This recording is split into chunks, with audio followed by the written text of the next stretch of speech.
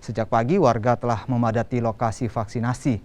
Banyaknya warga yang antre membuat petugas harus bekerja keras agar antrean peserta tidak menumpuk dan tetap menjaga jarak. Sekitar 5.000 dosis vaksin telah disiapkan dan selain itu, vaksinasi massal ini akan digelar selama 2 hari di 4 lokasi seperti di Geraha ID, Masjid Al-Markas, Mall Nipa, dan Mall Ratu Indah.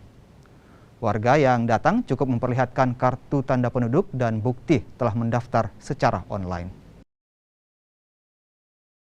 Hari ini harapan kita melihat sendiri animo masyarakat besar sekali, termasuk tadi Bapak Kapolda, Ustadz Latih yang datang untuk memberikan support kepada kita semua bahwa vaksin itu perlu.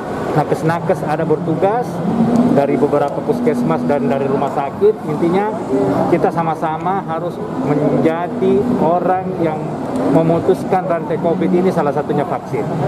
Nakes dan dokter ada di sini bersama masyarakat bersatu padu sama kepolisian, sama TNI, Polri.